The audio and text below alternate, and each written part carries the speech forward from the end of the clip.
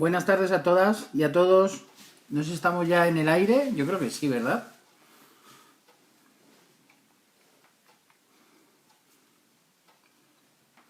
Buenas tardes.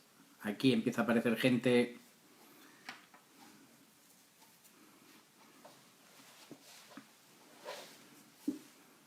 Buenas tardes a todos los que os vais conectando a este directo aproximadamente de una horita. Hola Raúl, hola Miguel.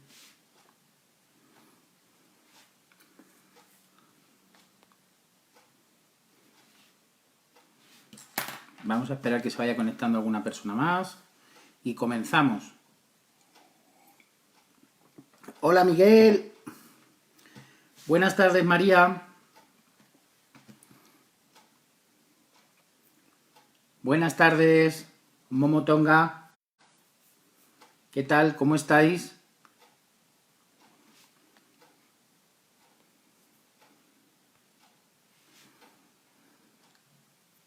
Buenas tardes a todos y a todas. Vamos a esperar un poquitín de tiempo a que se conecte alguna persona más y comenzamos, ¿vale? ¿Os parece?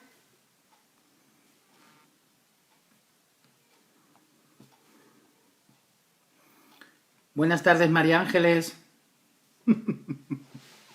¿Qué tal? ¿Cómo estás?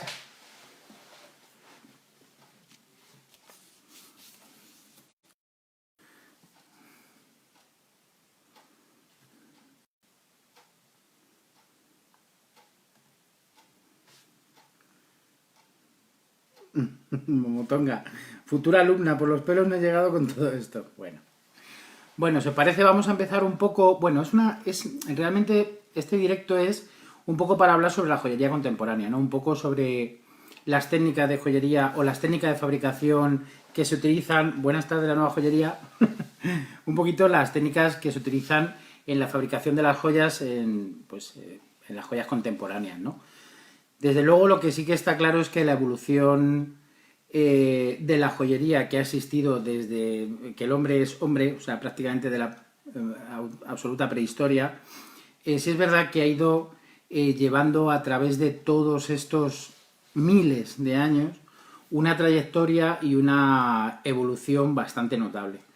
Desde ver con las primeras o antiguas piezas que se conocen de la joyería, comparado con todas las técnicas que se utilizan actualmente, tanto artesanales, ojo, que se siguen descubriendo, se siguen aplicando a joyas, como industriales. Es evidente que todos conocemos, muchas facetas de la joyería, ¿no? Desde el engastado, el pulido, técnicas más concretas como los mokumes, o técnicas más nuevas como puedan ser el macramé o el electroformix, que también se sigue utilizando. Buenas tardes a todas y a todos los que vais entrando, aunque no os diga nada, hemos empezado ya un poco, ¿no? Todas las técnicas que se van utilizando y todo lo que se va añadiendo, ¿no? De otros ámbitos a la joyería como tal. La verdad es que la joyería ha sufrido muchísimos cambios, algunos bastante notables a nivel estético sobre todo, y otros que han sido más que notables a nivel estético, han sido muy funcionales, es decir, nos han facilitado muchísimo el poder hacer y el poder crear nuevas piezas de una manera bastante más industrializada, en el sentido de poder dar abastecimiento a todo el mercado. Buenas tardes a todos los que vais entrando. Maribel, David, Angelic. Bueno, pues eso. Entonces, lo que decimos, desde la más absoluta prehistoria y la más absoluta antigüedad, desde que tallaban un hueso contra una piedra y la agujereaban y pasaban un hilo hecho con lo que fuera, con más novedosas, como puedan ser ya máquinas de CNC, máquinas de electroformado o cosas así. Bueno, nos centraremos un poco, para que no sea algo muy extenso, y dado que es un directo aproximadamente, que tenemos dura aproximadamente como una hora, donde por cierto recuerdo que podéis participar con preguntas y me las vais escribiendo, o alguna duda de lo que vaya hablando, pues también las podemos ir comentando y resolviendo. Bueno, como os decía, nos vamos a centrar un poco en la joyería más contemporánea. En la joyería más contemporánea, aproximadamente en lo que podremos decir a partir de de la microfusión y de la fundición de cera perdida hasta ahora. Todo lo anterior, bueno, todo lo anterior también, ¿no? Se puede considerar una joyería contemporánea, pero vamos a llamarlo, lo podemos más en lo que es una joyería más clásica, lo que es toda la joyería cuando se hacía todo completamente a mano. Actualmente, aquel tipo de joyería donde todo se hacía absolutamente a mano, donde nacieron los grandes nombres los grandes nombres de joyeros que todavía seguimos conociendo, como Vacheron o Cartier o nombres parecidos, pues realmente ese tipo de joyería tan antigua sí que se hacía absolutamente toda la pieza a mano, desde el fundido, el estirado del metal, bueno, el engaste se sigue haciendo a mano, el pulido se sigue haciendo a mano, aunque se han incorporado en todos los ámbitos técnicas nuevas, tanto en engaste como en pulido, como en la joyería en sí o en la joyería artesanal. Bueno, lo que os digo, a lo que me refiero es que la joyería más antigua sí se hacía absolutamente todo el proceso manual. Aquellas joyas antiguas sí que iban completamente hechas a mano, desde el principio hasta el final. Por eso digo que nos vamos a venir a retrotraer un poquito más hacia nosotros, hacia el tiempo más actual, donde ya empezamos a utilizar la microfusión como método general para la fabricación de las piezas, aunque por supuesto se siguen haciendo a día de hoy, estaría bueno, piezas completamente a mano, pero son casos un poco más concretos, o son piezas un poco más específicas, o son marcas o joyerías concretas las que lo siguen haciendo. En general, en todo el proceso de fabricación de una pieza de joyería, normalmente se utiliza como método habitual primero un diseño, que bien puede ser un diseño a mano alzada por un diseñador o un diseñador a través de 3D, técnica cada vez más utilizada y que está absolutamente implantada ya en la producción de la joyería como algo absolutamente habitual y en muchos casos incluso necesario por el tipo de pieza que es, donde, bueno, un diseñador, aparte de que pueda hacer un diseño a mano alzada, un dibujo de una pieza, y luego eso se pueda trasladar al papel, se pueda trasladar al metal, que en algunos casos se puede hacer y en otros casos es un poco más complicado, requiere bastante profesionalidad y de bastante madurez en el oficio para poder desarrollarlo, pues dado a que cada vez hay más escasez de artesanos que son capaces de hacer ese tipo de cosas, entonces empezamos a tirar o a utilizar técnicas como por ejemplo es el diseño 3D. El diseño 3D, como os digo, que a veces está más implantado, es, ya me atrevería a decir yo, cualquier persona que trabaje en el oficio, como algo absolutamente necesario. Lo que se hace es diseñar toda esa pieza mediante programas como pueda ser Design o el Rhinoceros o algunos otros que hay específicos que se utilizan en joyería. Como decimos, es diseñar esa pieza y buenas tardes a todos los que vais entrando, Iker, Susana, Magdalena, Blanca, perdonad que no os he dicho nada, Entonces, lo que se utiliza a través de esa pieza que se ha diseñado en un ordenador, creamos un archivo y ese archivo lo que hacemos es enviarlo a un prototipador, una máquina de prototipado 3D que entra dentro de lo que sería la producción puramente 3D. La otra vertiente, ¿cuál sería? Bueno, pues la vertiente sería el realizar la pieza completamente a mano.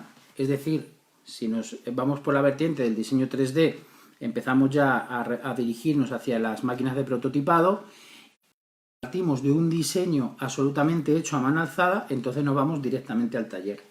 Directamente en el taller, un joyero que hace en ese caso, bueno, pues observa el diseño, ve qué tipo de joyería es, qué calidades va a tener, qué pedrería, en el caso de que la lleve, va a llevar, qué necesidades tenemos, qué alturas, qué gruesos, qué movimientos llevan las chapas o los hilos o el tipo de pieza que sea, cómo hacer todo eso. Marbet, buenas tardes.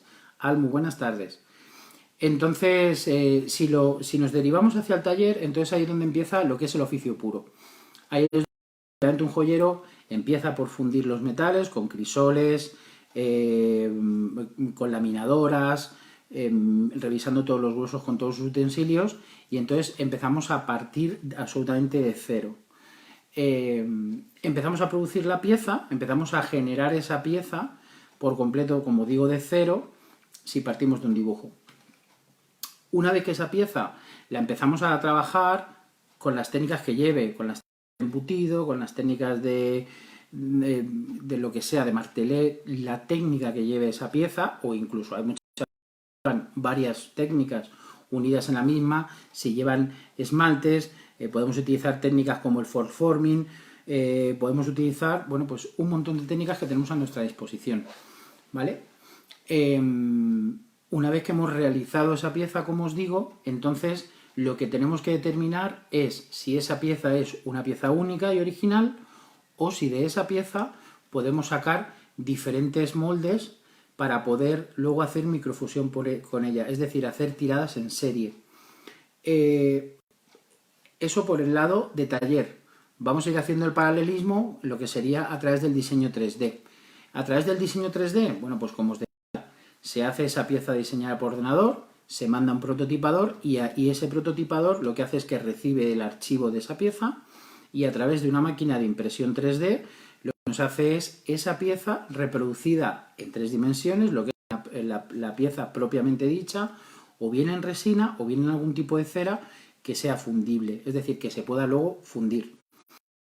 Una vez que tenemos esa pequeña pieza de cera, eso sería la equivalencia a si en la pieza de taller hubiéramos hecho un molde de la pieza original. Entonces nos detendremos en el diseño 3D con esa pequeña pieza de cera y ahí ya se unirán las dos vertientes en la misma, que ya viene a ser.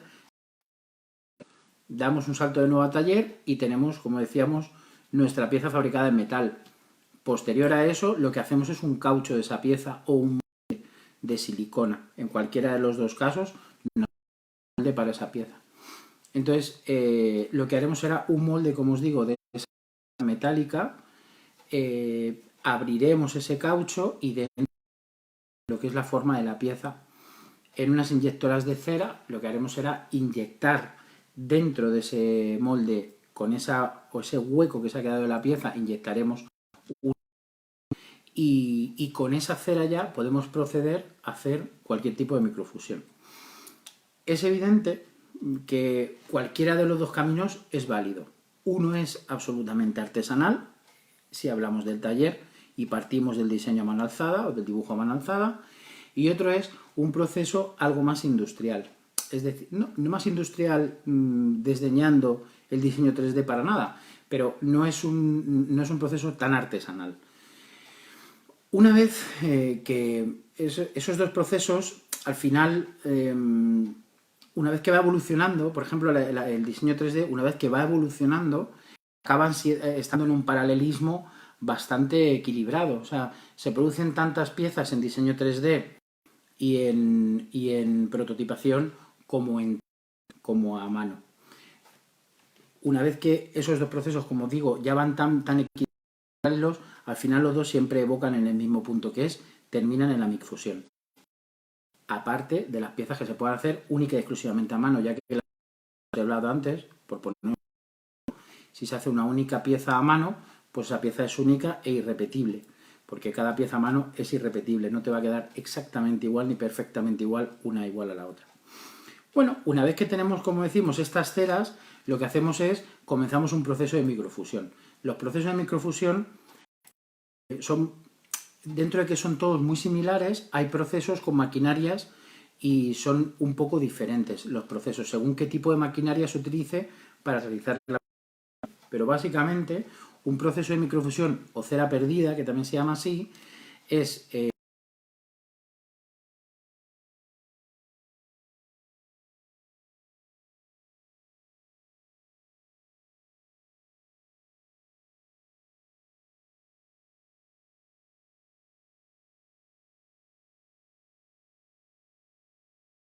sobre un palo de cera ir enchufando o ir conectando todas esas piezas de cera de manera organizada. Estoy seguro que alguna imagen habréis visto de lo que es un árbol preparado para hacer microfusión, pero bueno, básicamente es eso, es un palo grueso de cera donde las sortijas se van poniendo en esta posición, las sortijas, los pendientes, los collares, las piezas que sean. Y una vez que tenemos todo ese árbol montado, lo que hacemos es ponemos un tubo exterior como si fuera un tubo del Colacao, literalmente, pero hueco completamente, entradas por los dos lados, y lo que hacemos es rellenarlo con un tipo de escayola que se llama revestimiento. Diferentes, bueno, tiene unas propiedades específicas, y es que endurece bastante deprisa y soporta altas temperaturas. Una vez que tenemos nuestro árbol montado, ¿qué tenemos que hacer? Bueno, pues generamos ese revestimiento con agua, lo vertemos dentro, es decir, llenamos todo el tubo donde dentro está el árbol, llenamos todo ese tubo de escayola, dejamos que una vez que esté hasta arriba del todo, lo meteremos en una máquina de vacío, una campana de vacío, que es una campana que lo que hace es extraer absolutamente todo el aire que pueda haber, esas pequeñas burbujas de aire que se pueda quedar dentro de la escayola, extrae absolutamente todo el aire, deja todo limpio y completamente compactado, y luego ya vamos a un horno. En ese horno, bueno, pues hay diferentes procesos, según el tipo de pieza, según el metal que se vaya a fundir. Esos hornos llevan unos programadores y lo que hacen es ir endureciendo poco a poco esa escayola. O ese revestimiento en este caso. Entonces ese revestimiento va cogiendo temperatura, y coge mucha temperatura, todo el esqueleto interno que queda de la cera, el árbol de cera que pusimos, toda esa cera lo que hace es licuarse y perderse por el fondo de ese tubo que tenemos de relleno de escayola con el árbol por dentro. Bueno, pues toda esa cera se licúa por completo, y lo que queda por dentro pues básicamente es toda la oquedad o todo un hueco vacío será llenado con el metal. Cuando pongamos ese tubo con esa entrada sobre la máquina con la que vayamos a verter el metal que necesitemos, pues todos esos huecos interiores los va a llenar. Por eso se llama microfusión a la cera perdida, porque realmente toda esa cera se cae, se pierde, y a continuación es por donde entra el metal. Bueno, a partir de ahí, ¿qué tenemos? Bueno, pues tenemos diferentes técnicas. Las más utilizadas en joyería han sido, ahora ya cada vez más extinta, lo que es una centrífuga, una máquina centrífuga, que para que os hagáis una idea será de una medida como de una mesa de salón, un cajón bastante grande con un brazo en el centro, que lo que hace es que gira rápidamente con un contrapeso en un lado y con nuestro cilindro en el otro lado. Lo que hace es que gira rápidamente y únicamente por fuerza centrífuga, una vez que ponemos nuestro crisol, que es un recipiente de grafito donde hemos fundido nuestro metal, una vez que lo encaramos el crisol con nuestro tubo, con la oquedad por dentro, o sea, lo que es nuestro cilindro, al girar la máquina lo único que hace es llenar todo el metal, pero por la propia fuerza centrífuga. Como digo, es un método que además es extinto, da muchos problemas, salen bastantes poros al fundir, y es, bueno, pues es... Lo cierto es que ya prácticamente muy pocos talleres o talleres con maquinaria antigua lo utilizan. ¿Qué utilizan actualmente? Cuando hablamos de cera perdida, utilizan una máquina llamada vacuum. Esas máquinas lo que hacen es generar un vacío. Igual que cuando hacemos el revestimiento, metemos una campana de vacío y eso absorbe todo el aire por completo, con estas máquinas vacuum que están al vacío completamente, cuando entra el metal nos aseguramos de que cada hueco interno que haya en nuestro cilindro quede absolutamente lleno. A partir de ahí, cuando ya se realiza lo que es la microfusión propiamente dicha, lo que conseguiremos es sacar el mismo árbol de cera que habíamos montado con todas las piezas, y solo que lo conseguiremos o haremos de nuestra máquina vacuum completamente en metal, en oro, en plata, en bronce, en cobre, en latón, en lo que lo fundamos. Es indiferente. A partir de ahí, ¿qué hacemos? Bueno, pues empieza ya un proceso manual. Por suerte, y digo por suerte porque, claro, yo vivo de ello, y muchos, en cualquier proceso de joyería industrial sigue estando permanente, hola, sección de requisitos. Mira, Gemma nos pregunta, ¿cualquier pieza puede ir a ese cilindro o hay requisitos? Bueno, pues mira, vamos a responder a la pregunta, ya la continuamos. Cualquier pieza puede ir a esa pieza, o ir a ese cilindro o hay requisitos. No, cualquier pieza puede ir a ese cilindro, siempre y cuando la figura esté hecha de cera. También se puede haber esculpido en cera, hay escultores de cera.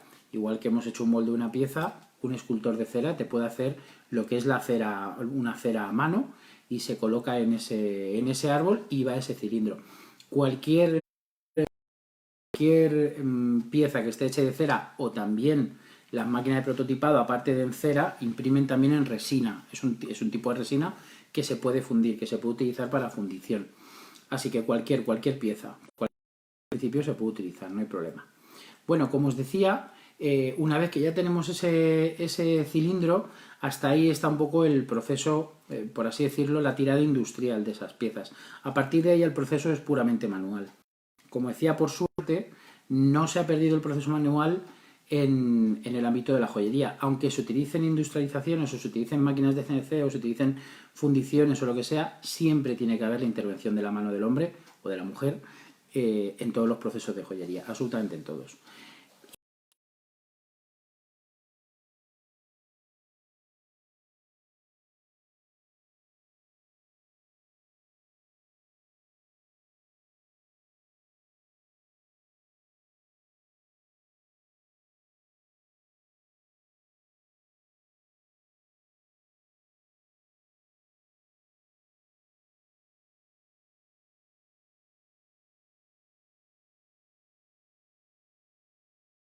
Pieza o ensamblar distintas partes de una misma pieza que se hayan tenido que fundir en partes separadas. Entonces pasa como os digo a los joyeros pieza la van ensamblando, la van lijando, si hay algún defecto de fundición que también ocurre y se puede subsanar, se subsana, y si no, esa pieza, si no ha salido bien de fundición, se desecha lógicamente. Pero bueno, a partir de ahí lo que se hace es eso, se perfecciona toda esa pieza, se ensambla esa pieza y se suelda, se lima, se pone a su talla, se le da todos los acabados previos al pulido, que sería un poco el paso posterior. Bueno, una vez que se ha acabado, como os digo, toda esa pieza se ha lijado, se ha perfeccionado, se ha dejado la talla y se ha dejado todo bien, según proviene de fundición, entonces pasa al siguiente paso, al pulido. Y aquí igualmente, al igual que en el proceso de realizar una pieza, en el proceso de pulir una pieza, tenemos de nuevo dos vertientes.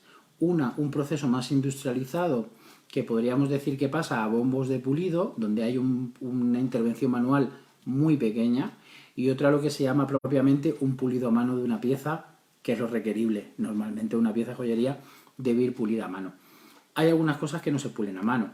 Bueno, pues joyería un poco industrializada, pues como pueden ser medallas o cruces pequeñitas o char muy pequeñitos de estas pulseras que llevamos. Bueno, pues ese tipo de cosas normalmente siempre suele ir a bombo de pulido y os explico lo que es.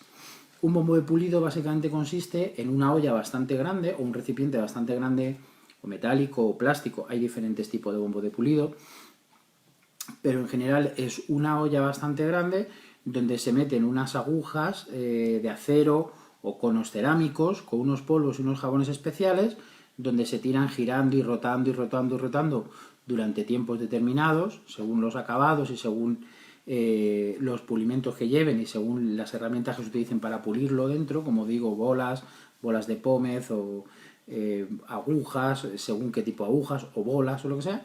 Y entonces va rozando la pieza por todas las partes y entonces le van dando un efecto abrasión y empiezan a conseguir que se vaya yendo por así decirlo, la lijadura que ha dejado el joyero y empiece a salir el pulido. Se van pasando unos bombos a otros y como último paso, entonces se suele dar un pequeño pulido a mano para poder llegar a ciertas zonas donde no se haya podido llegar. Como os digo, eso únicamente se utiliza en joyería un poco más industrializada en el sentido de baja calidad. Una joyería que quiere producir piezas de calidad, la lija pasa a la mesa de pulido. La pulidora comienza a trabajar con la pieza, igual que el joyero comienza a trabajar con la pieza según ha venido de fundición, el pulidor comienza a trabajar de la pieza según el joyero. Normalmente ellos se dedican a pulir tipo de pues, la pieza entera, ¿no? Desde los interiores hasta la parte exterior, las partes que llevan los engastes, se pule completamente entera, utilizando una serie de pasos, unos cepillos más duros, con unas pastas abrasivas más duras, luego cada vez unos cepillos más blandos, con unas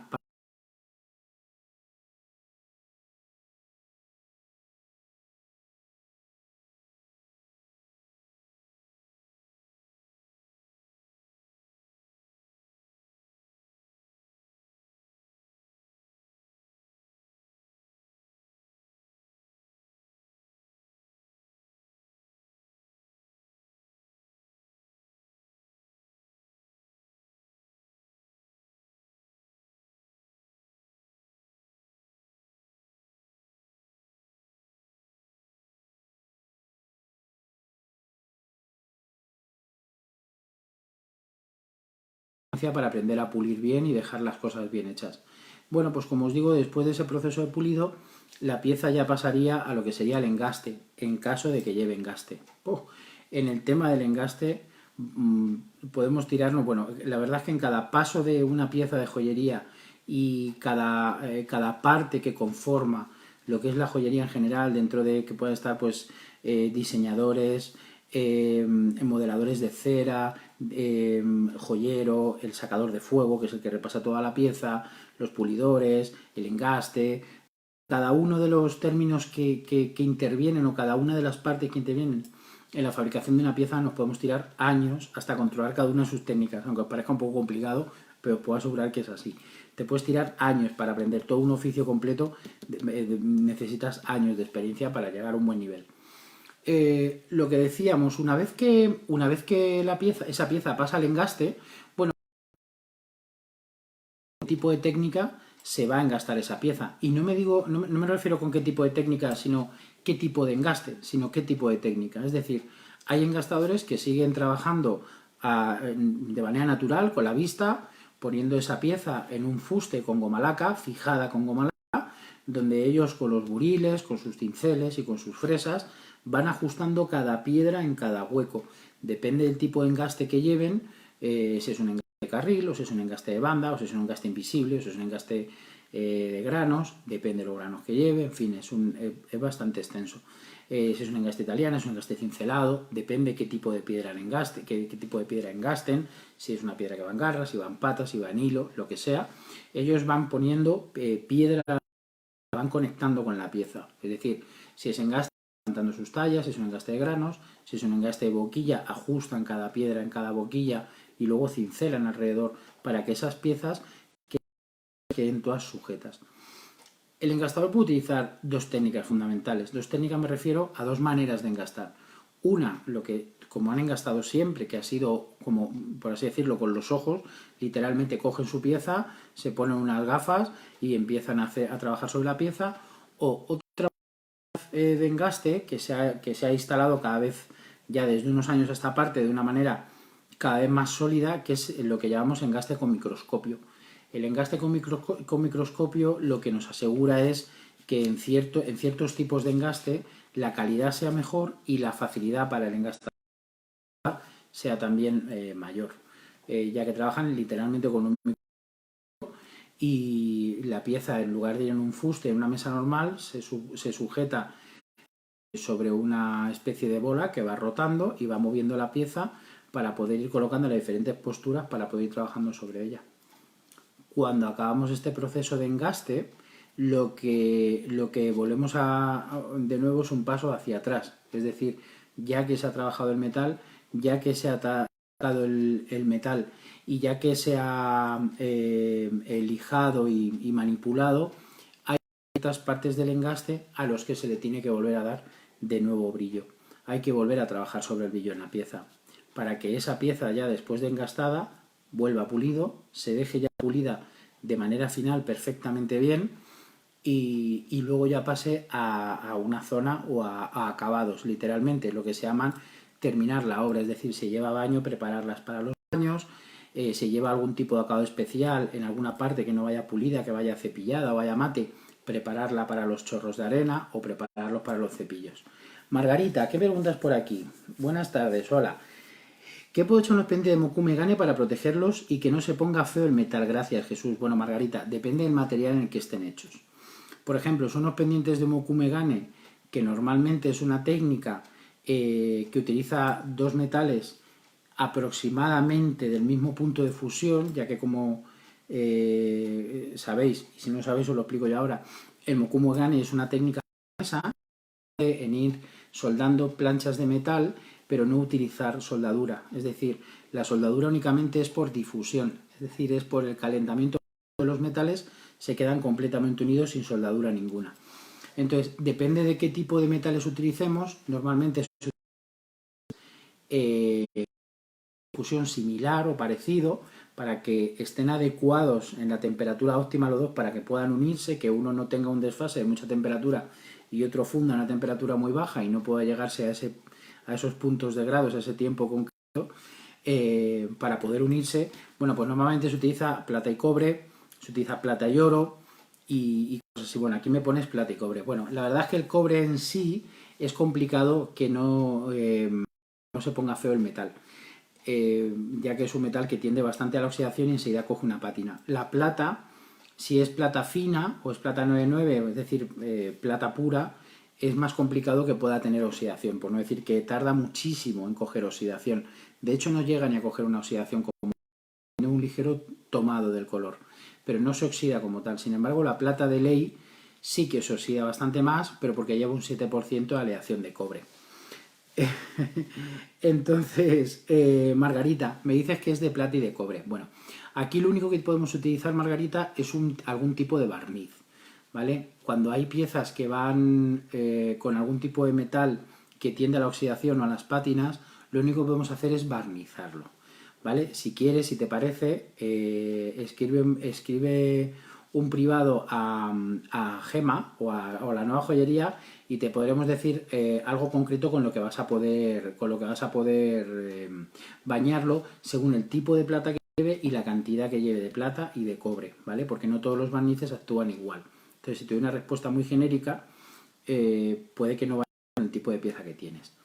Pero la única manera que puedes hacerlo es con un barniz, protegiéndolo con un barniz. Hay muchas piezas se protegen con barniz, sobre todo esculturas. Las esculturas en joyería se suelen proteger con barniz. Son barnices de metales específicos para metales preciosos, pero además luego se manipulan con unos porcentajes para que queden, por así decirlo, que no queden tan densos, ¿vale? Que queden bastante más finos, capas más finas. Porque si no, si sumergimos o barnizamos una pieza de joyería con un barniz que lleve una capa muy gruesa, pueden salir efectos como de arcoíris, como iridiscentes, que probablemente a lo que tú te refieres que te puede ocurrir, Margarita. Y no queda muy bien, por eso te digo, escríbenos un privado y yo te explicaré cómo puedes barnizar una pieza para que no te queden esas tonalidades, seguramente que te queden. Bueno, lo que os estaba contando, íbamos por el acabado de la pieza. Bueno, una vez que hemos acabado esa pieza, tiene que pasar a un proceso de finalización, o de lo que los talleres normalmente llamamos como término de obra o acabados. Estos términos de obra ya entra otra parte fundamental en la joyería, porque si son piezas que lleven algún tipo de baño, entonces es cuando ya se le da ese tipo de acabado. Ninguna pieza se debe bañar antes de llegar, Margarita también, ninguna pieza se debe bañar sin que haya concluido por completo todos los procesos, porque los baños son, bueno, como todos sabéis, son unas capas de recubrimiento que se le dan a las piezas, según las micras de espesor que lleve, son bastante delicados, la mayoría son muy delicados, sobre todo a los productos químicos. ¿Cuántas veces nos ha pasado que cualquier cosa que tenemos bañada se empieza a poner fea a unas personas más que a otras, por los sudores, por las colonias, por las cremas, por nuestro propio pH de la piel? Puede producirse que una pieza se le ponga fea a una persona y a otra no tenga ningún tipo de problema. Bueno, pues esto es porque estos baños químicos que llevan reaccionan de una manera o de otra según a qué tipo de acidez, de pH, como digo, de colonias, de cremas, etc. etc. Entonces, cuando pasa un proceso de baños, siempre tenemos que tener en cuenta qué tipo de baño, qué tipo de pieza y qué es lo que se le va a hacer. También tenemos que tener muy en cuenta que no todas las piezas se pueden bañar acabadas con según qué tipo de piedras lleven. Y dentro de la terminología piedras incluyo a las perlas. Por ejemplo, si alguna perla va en una piedra, se montará al final de todo, después incluso de los baños. Buenas tardes, John. Y si es un collar que vaya completamente enfilado, pues también se montará después, siempre el enfilado se monta después de que vaya alguna otra pieza bañada o chorreada o cepillada o que lleve algún tipo de baño, de rutenio o de lo que sea. Bueno, dentro de los baños, que es otro mundo aparte, por supuesto, como no, tenemos diferentes tipos. Bueno, pues tenemos baños que puedan ser según las micras de espesor que lleven, si son baños con temperatura para algunos metales, otros metales necesitan baños con temperatura o llevan unos tiempos, otros llevan otro tipo de tiempos. Me refiero a tiempos de inmersión, hay algunos que se dan mediante inmersión y otros baños que se dan con unos lapiceros, por así decirlo, que llevan unas puntas como de una especie de material de esponja dura, como unos fieltros, donde podemos rodear partes concretas de la pieza. No necesitamos sumergir por completo la pieza porque a lo mejor no toda la pieza lleva el mismo tono. Hago un inciso. Raúl nos pregunta, ¿y las sortijas esmeraldas con esmeraldas qué pasa si las rodio? Bueno, las sortijas con esmeraldas no pasa nada si las rodias, siempre y cuando no sean baños con temperatura. El problema fundamental de las esmeraldas es que soportan muy mal la temperatura, son las piedras más delicadas que existen, tanto las esmeraldas como las perlas. Las perlas están, por supuesto, en el top de la delicadeza absoluta porque son muy, muy delicadas. Y las esmeraldas, el problema que tienen es que son muy, muy, muy frágiles. Son muy frágiles. Entonces habrá que tener mucho cuidado, sobre todo con la temperatura. Sobre todo con la temperatura. Cuando trabajamos con esmeraldas, por ejemplo, ahora que las nombras, que son las piedras, para mí son las piedras más bonitas que hay, pero es verdad que son las más complejas y las más delicadas. Bueno, el caso es cuando trabajamos con esmeraldas, lo que debemos hacer siempre es atemperarlas. O sea, si vamos a limpiar, por ejemplo, una sortija que lleve esmeraldas y vamos a utilizar un agua un poco caliente, tiene que ser muy paulatino ese cambio de temperatura, muy despacito, muy suave, y tampoco podemos utilizar una temperatura muy alta. O sea, una esmeralda ya pasarla de 40 a 45 grados con el agua o 50 grados, ya nos estamos jugando que se pueda partir. Son muy delicadas. Pero en el tema de los baños no ocurre absolutamente nada si sumergimos normalmente cualquier tipo de piedra que tengamos.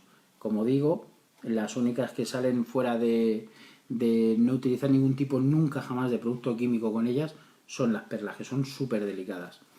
Bueno, y entonces llegamos a este punto, ¿no? Llegamos un poco al punto de los baños, donde ahí ya sí damos un acabado completo a nuestra pieza. Tenemos que tener siempre en cuenta que esto es una cosa que nos ocurre con muchos alumnos. Dicen, oye, voy a dar este acabado a esta pieza, la voy a dar, por ejemplo, un baño de rutenio, que son estos baños que dejan la pieza completamente negra. Dicen, entonces, ¿qué hago? Le doy el baño y luego la pulo. Y no, jamás. Siempre que vayamos a dar un baño con una pieza, la pieza va a quedar con el acabado que le demos previo al baño. Es decir, si le dejamos un acabado mate, daremos el baño y quedará mate. El baño no va a dar un pulido, ni va a quedar pulida. Si dejamos un acabado de brillo, acabará con un baño de brillo. Repito, los baños, que son diferentes que los chapados o el electroformado.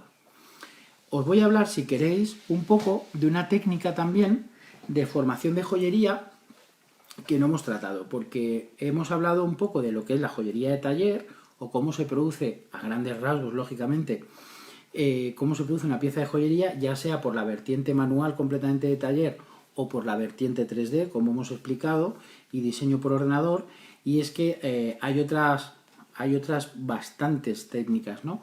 Por ejemplo, están las máquinas de control numérico o, por ejemplo, también está electroformado. ¿Os acordáis que hace poco, además, hubo algunas noticias sobre algunos productos que recibieron quejas por el tema electroformado? No vamos a hablar de marcas, pero os acordáis todos de este tipo de noticias. Bueno, el electroformado realmente es una técnica que se está utilizando ya hace muchísimo tiempo. O sea, ya lleva muchos años instalado en la joyería de manera habitual y convencional, que es una evolución lógica que tienen lo que llamamos las piezas huecas. Las piezas huecas ya sabéis que son aquellas que en su interior no tienen absolutamente nada.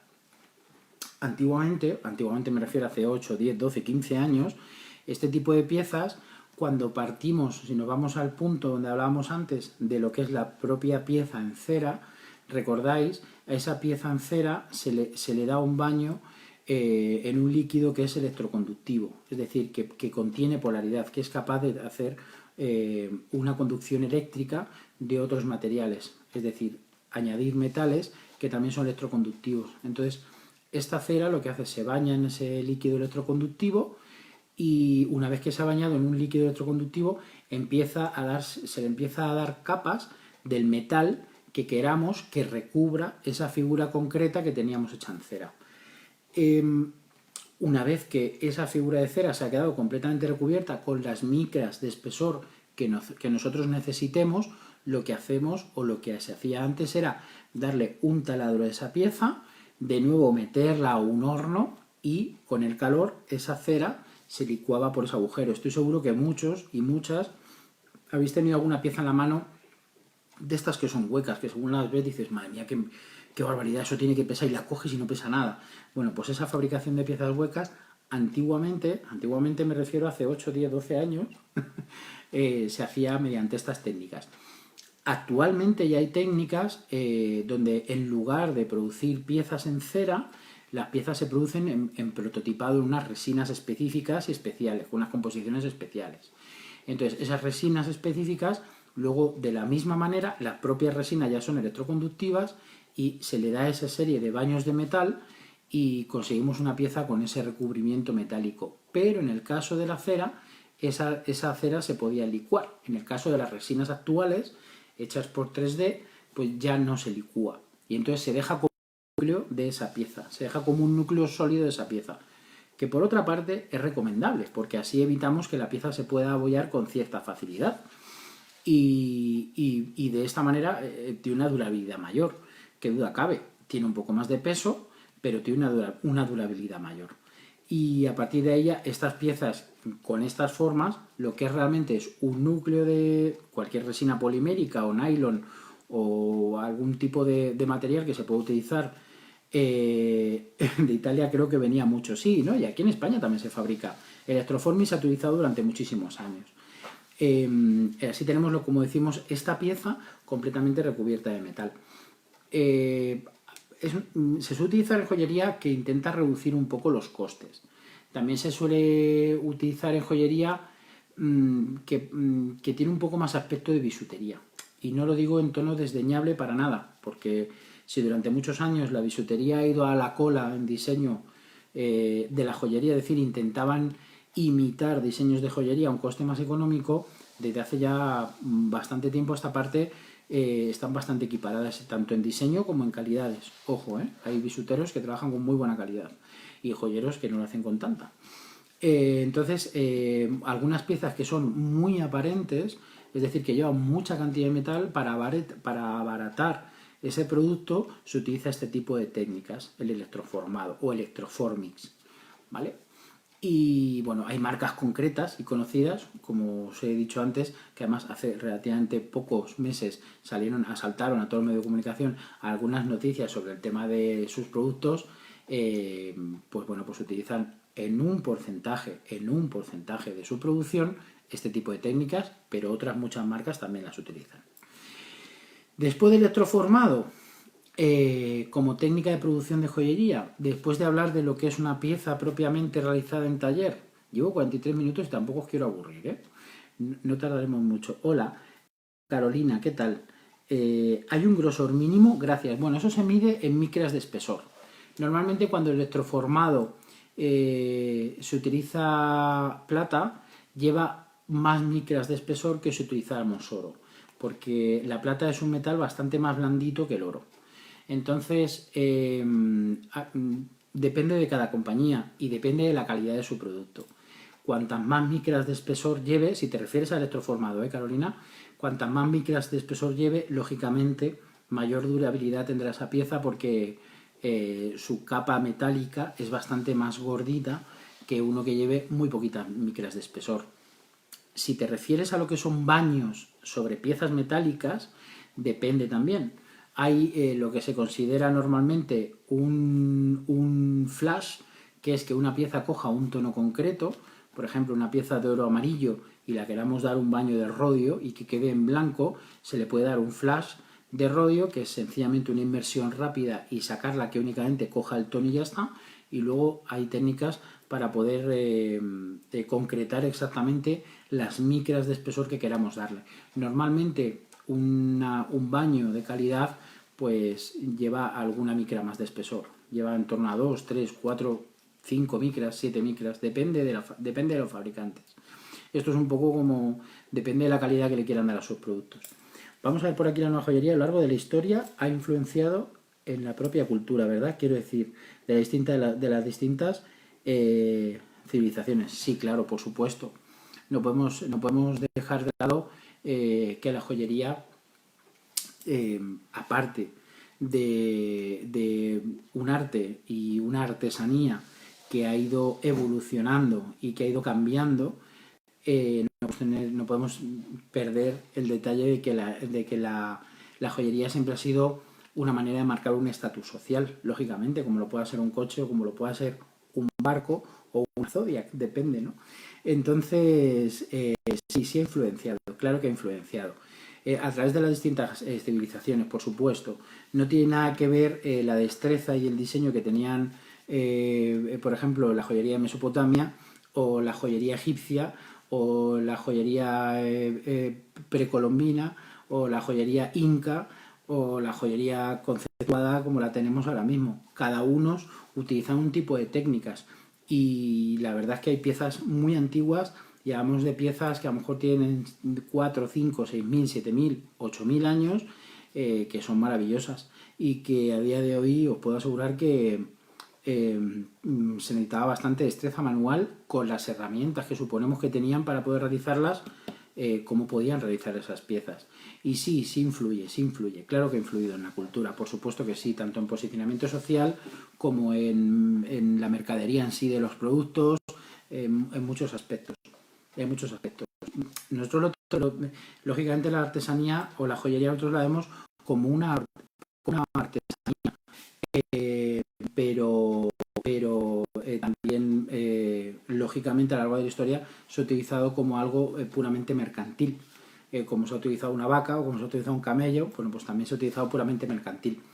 Y bueno, el mercado bestial que hay con referente a las diferentes piezas antiguas que hay, pues está tan consolidado como en otros ámbitos de arte, como pueda ser pintura, como pueda ser cualquier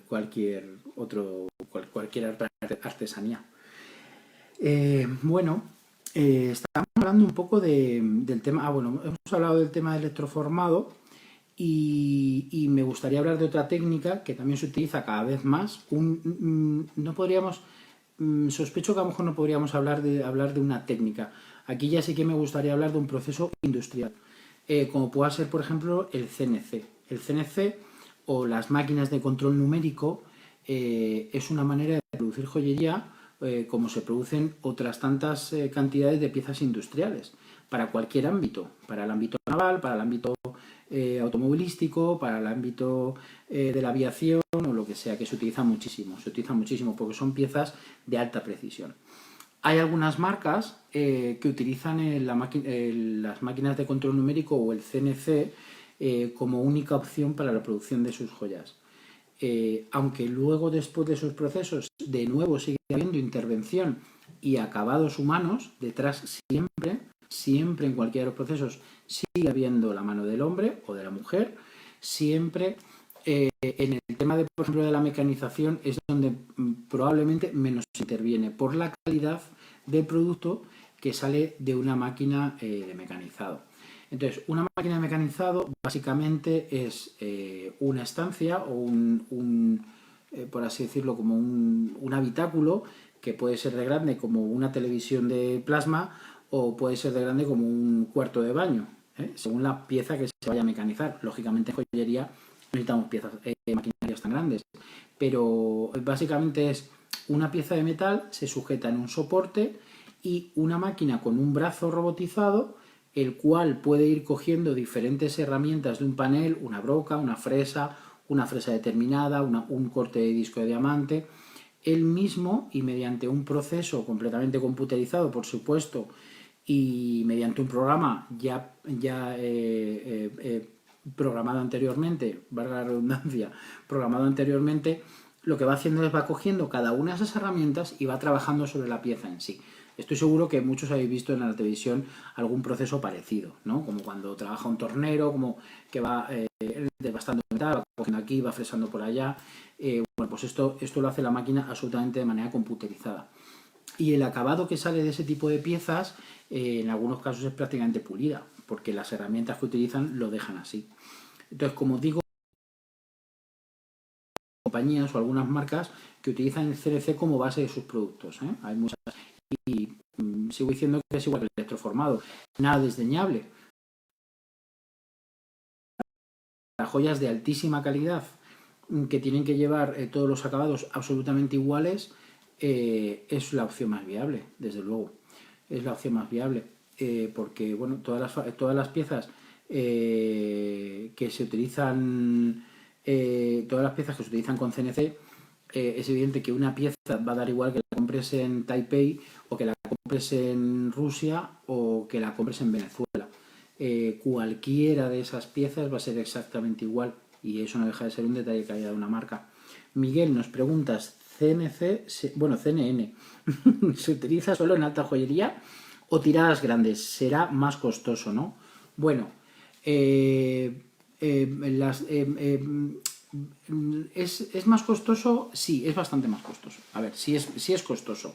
No interviene tanto la mano del hombre, tanto en horas de trabajo, pero sí es verdad que la inversión en una máquina de CNC de calidad y el metal que se tiene que utilizar para trabajar lleva unos costes bastante elevados. Aunque luego el proceso de manual que llevan después de haberlas trabajado en esas